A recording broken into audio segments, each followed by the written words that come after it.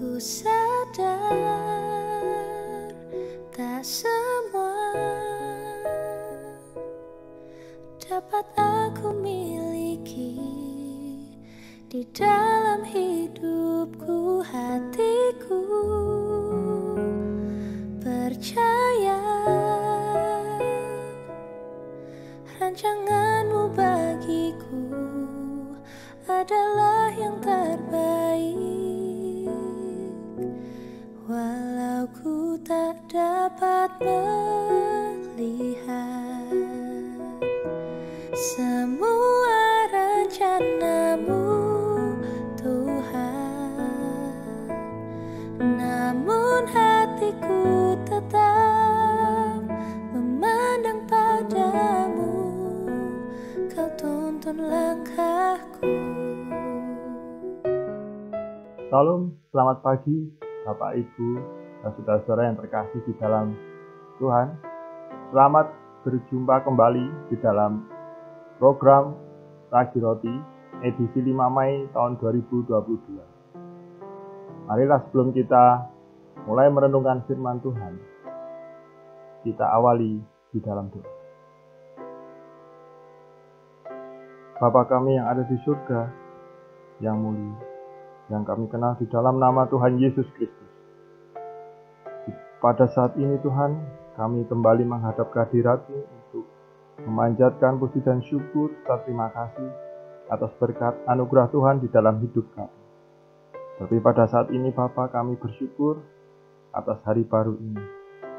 Kiranya Tuhan berkati segala aktivitas kami, hidup dan kehidupan kami sepanjang hari ini, agar kami boleh senantiasa berada di jalan Tuhan. Dan sebentar ya Bapa, kami hendak merenungkan firman-Mu. Kiranya Tuhan sendiri akan membuka hati dan pikiran kami, agar kami boleh mengerti setiap kehendak-Mu di dalam firman-Mu. Terima kasih Bapa. Kami berserah sepenuhnya ke dalam tangan kasih. Di dalam nama Tuhan Yesus Kristus, Juru Selamat kami yang hidup, doa ini kami panjatkan. Amin.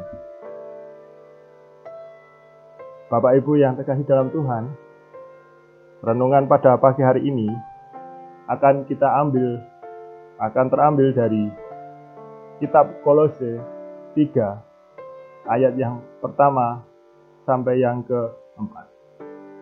Demikian firman-Nya. Karena itu, kalau kamu dibangkitkan bersama dengan Kristus, carilah perkara yang di atas, di mana Kristus ada, duduk di sebelah kanan Allah. Pikirkanlah perkara yang di atas, bukan yang di bumi. Sebab kamu telah mati, dan hidupmu tersembunyi bersama dengan Kristus di dalam Allah.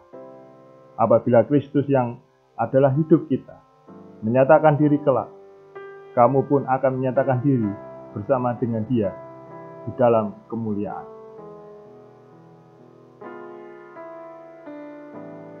Bapak, Ibu, dan saudara yang terkasih dalam Tuhan, 2 minggu yang lalu kita telah merayakan Paskah, di mana Kristus telah bangkit mengalahkan maut, karena Ia berkuasa dan sekarang Ia duduk di sebelah kanan Allah Bapa. Ia tidak mati selamanya, tetapi hidup, dan kita juga dihidupkan bersamanya. Untuk itu, kita harus mencari dan memikirkan kerajaan Allah di mana Kristus ada, sebab kita telah hidup terbebas dari prinsip-prinsip dasar dunia ini. Nah, apakah yang harus kita lakukan setelah kita dibangkitkan bersama dengan Kristus?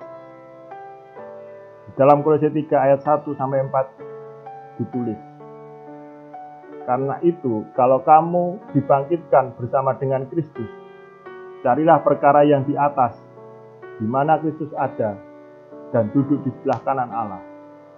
Pikirkanlah perkara yang di atas, bukan yang di bumi. Sebab kamu telah mati, dan hidupmu tersembunyi bersama dengan Kristus di dalam Allah.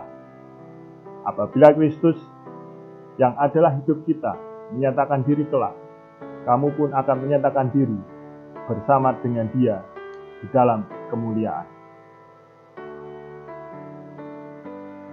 Mengapakah kita harus memiliki gaya hidup seperti Yesus. Sebab di dalam ayat tadi di atas, kita menemukan dalam tanda kutip bersama dengan Kristus, itu disebut sebanyak 3 kali. Yaitu yang pertama, dibangkitkan bersama dengan Kristus, ayat yang 1. Kemudian, hidup tersembunyi bersama dengan Kristus, ayat yang ketiga. Dan menyatakan diri bersama dengan Kristus di dalam kemuliaan, yaitu ayat yang keempat. Itu artinya apa? Bahwa bersama dengan Kristus dalam kebangkitan, kehidupan, dan kemuliaan menuntut suatu gaya hidup yang sama seperti Kristus atau menjadi serupa dengannya. Kenyataannya, di dunia dengan segala daya tariknya banyak memengaruhi kehidupan anak-anak Tuhan. Contohnya, anak-anak muda sekarang memiliki gaya hidup yang meniru idola mereka dari TV, YouTube, dan lain sebagainya. Dan kemudian mengubah dandanan termasuk rambut, cara berpakaian, gaya bicara, dan lain sebagainya. Untuk itu, di dalam perikop ini, Rasul Paulus menyampaikan ada 3 poin utama yang harus kita bisa temukan agar kita bisa mempunyai gaya hidup seperti Yesus. Yaitu yang pertama, mencari dan memikirkan perkara yang di atas. Kita telah dibangkitkan bersama dengan Kristus, harus mencari perkara di atas, di mana Kristus ada dan duduk di sebelah kanan Allah. Sejujurnya, kita itu tidak mempunyai bayangan seperti apa kerajaan Allah itu. Tetapi kita mencari dan memikirkan dengan iman. Firman Tuhan mengatakan, tetapi carilah dulu keadaan Allah dan kebenarannya, maka semuanya itu akan ditambahkan kepadamu. Matius 6 ayat 33. Sebagai anak-anak Allah, kita memprioritaskan diri mencari kerajaannya terlebih dahulu, bukan seperti bangsa-bangsa yang tidak mengenal Allah yang sibuk mencari kebutuhan dunia ini dengan penuh kekhawatiran. Kemudian poin yang kedua adalah hidup dalam perlindungan Tuhan. Apa yang dimaksud hidup kita tersembunyi di dalam Kristus? Kita mati dari kuasa dosa dan hidup tersembunyi atau dilingkupi atau diayomi oleh Kristus. Kalau kita berada di dalam pengayom Kristus dan firman-Nya, kita akan hidup sesuai dengan apa yang diinginkan.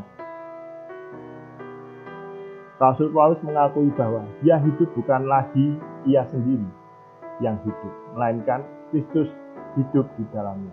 Galatia 2 ayat 20. Hidup kita tersembunyi dalam Kristus berarti kita hidup di dalam Dia dan tersembunyi dari hal-hal duniawi.